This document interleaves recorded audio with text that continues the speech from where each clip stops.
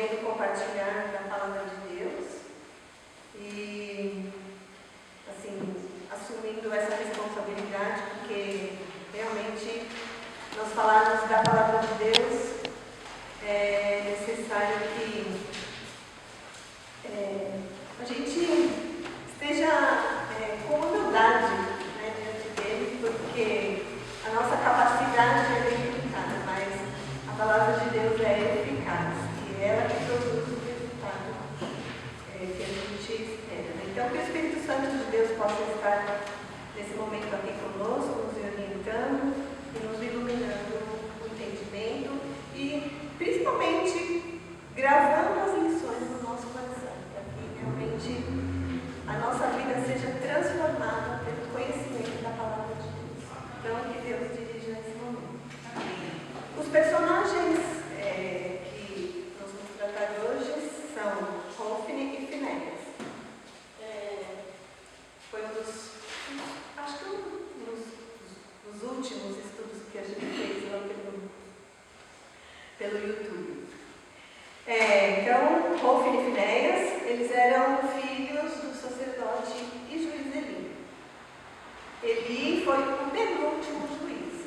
Então, os juízes, eles sucederam a liderança de Moisés, então, eles estão entre a liderança de Moisés e depois o início dos reis. Então, naquele período, foi um período em que o governo e a administração do povo era feito por esses homens que Deus levantava, que eram os juízes. Então, Eli ele é colocado dentro desse período e é o penúltimo nesse período. A história de Hofni e Finéias aconteceu por volta do ano 1100 a.C. Eles viviam em Siló. Siló era o centro religioso de Israel. Então, era onde estava o tabernáculo.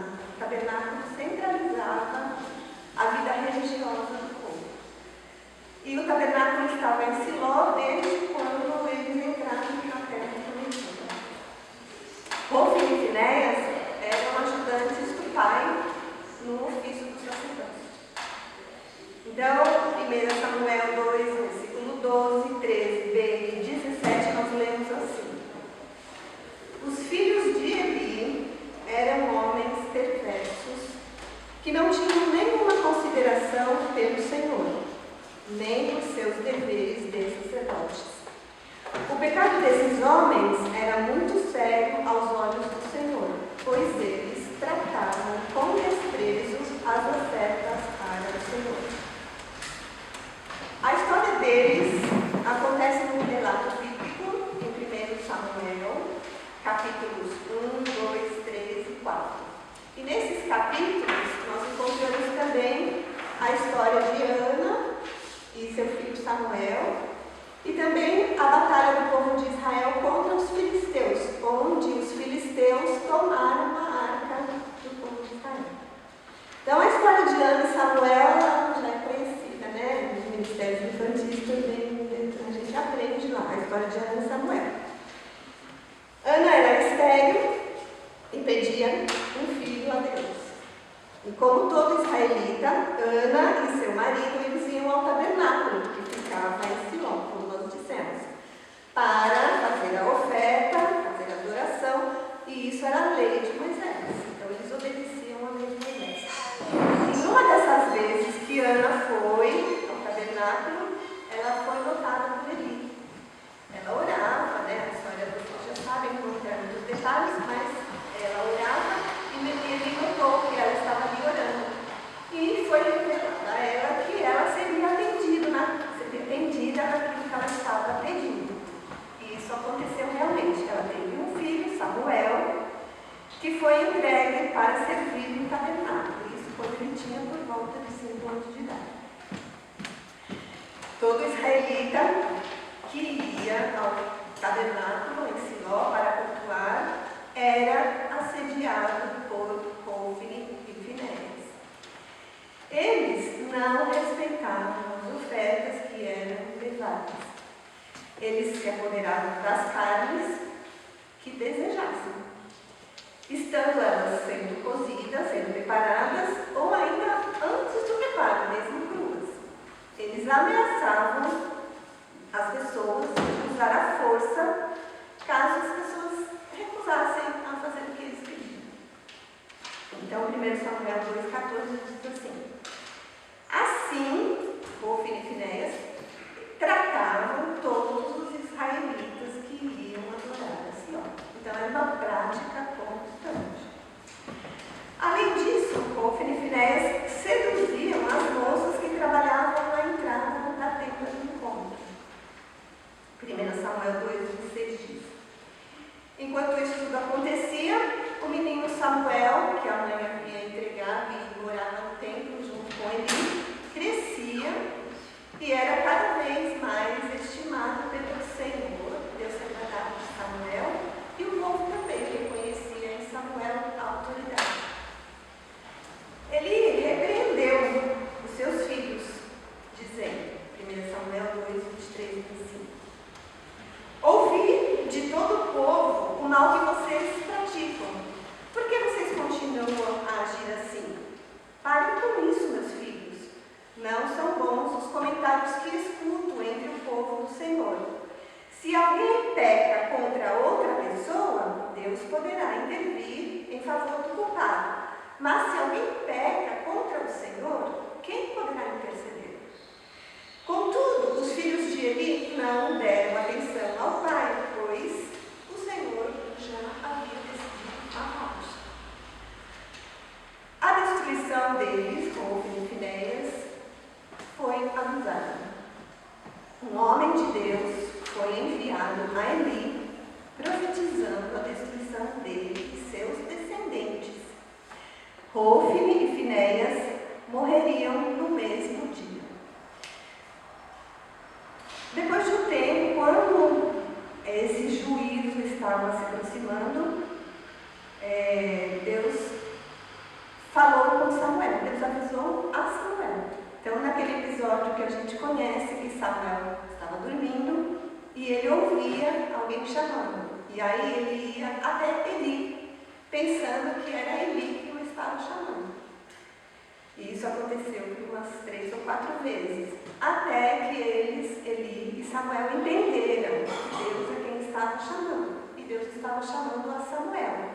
E a Samuel, então, foi revelado tudo o que haveria de acontecer com Eli e seus filhos. Samuel ficou amedrontado com o que ouviu de Deus. Ele teve receio de contar para Eli, mas Eli insistiu e ele acabou contando. Então, como está escrito em 1 Samuel 3, 17 até 20. Eli perguntou: o que o Senhor lhe disse? Perguntou a Samuel: conte-me tudo, e que o Senhor o castigue severamente se você esconder de mim alguma coisa do que ele disse. Então Samuel contou tudo a Eli e não escondeu nada.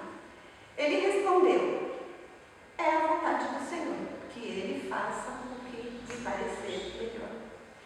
À medida que Samuel crescia, o Senhor estava com ele, e todas as suas palavras se cumpriram. E todo o Israel, desde Dan, que era ao norte, até Berseba, que era ao sul, sabia que Samuel havia sido confirmado como profeta do Senhor. Aí, a outra história que está nesses capítulos que falam de Hofni e Finéias é a história da guerra com os filisteus, que foi o cenário que Deus usou para punir Hofni, Finéias e Eli. Os israelitas e os filisteus, eles guerrearam. Os israelitas estavam acampados em Afec e os filisteus em Ebenezer. Os filisteus, então, atacaram os israelitas. E nesse ataque, eles conseguiram matar cerca de 4.000 homens. Com essa derrota que os israelitas sofreram, eles decidiram: vamos buscar a arca do Senhor, porque quando a arca do Senhor estava conosco, lá no Egito, lá na saída do Egito,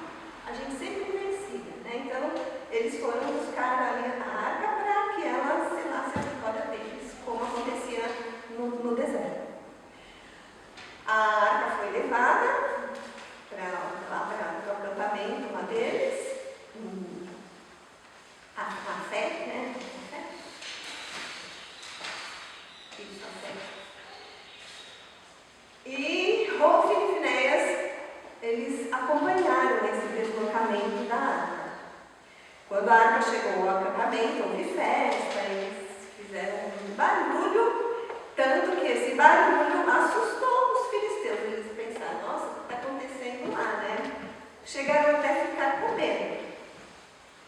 Mas eles reagiram assim a esse primeiro susto e não, vamos enfrentar, vamos batalhar.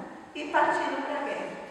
E conseguiram massacrar 30 mil israelitas. O fato de os israelitas estarem com a arca não surtiu aquele efeito que eles esperavam, ao contrário.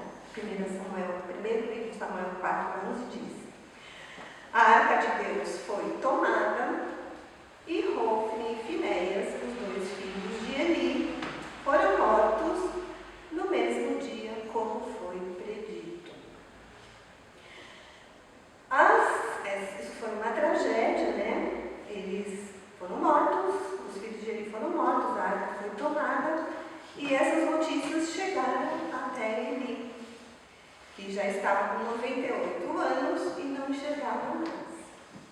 1 Samuel 4:18 diz: quando ele, o mensageiro, mencionou o que havia acontecido com a arca de Deus, Eli caiu da cadeira para trás, quebrou o pescoço e morreu, pois era velho e pesado. Havia sido juiz em Israel durante 40 anos.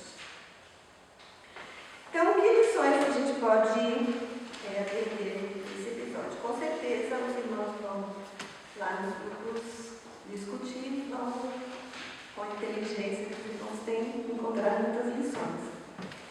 Mas eu quero destacar duas. A primeira, Deus não está alheio ao desprezo que damos àquilo que lhe é importante. Ele foi confrontado por Deus pela sua atitude de zombaria para com os sacrifícios e as ofertas e pela fraca repreensão que ele deu aos filhos. Eles receberam de Deus o desprezo. 1 Samuel 2:30 diz assim: aqueles que me desprezam serão tratados com desprezo. A segunda lição: a extensão e o momento da punição pela maldade são determinados por Deus. 1 Samuel 2:32: você verá a aflição de minha casa, e quando eu trouxer todo o bem sobre Israel, ninguém em sua família chegará à velhice para testemunhar. Eli e seus filhos, eles ficaram por 40 anos atuando lá no sacerdócio, lá no templo, recebendo as ofertas e praticando o que eles praticavam, né? O povo que era sincero cumpria com as suas obrigações de ir ao templo, fazer as ofertas, mas se submetia a esses abusos, né, que esse grupo praticava, provavelmente com muita indignação. E provavelmente também muitos ficaram desestimulados a praticar o culto e as ofertas, porque a gente vai lá e passa por tudo aquilo, né? Então, assim, em muitas situações de injustiça que nós vivemos também, nós podemos ter a percepção que Deus não é justo, né? Porque a gente quer uma atuação imediata, né, de justiça. E a gente pode se sentir desestimulado ou desanimado por isso.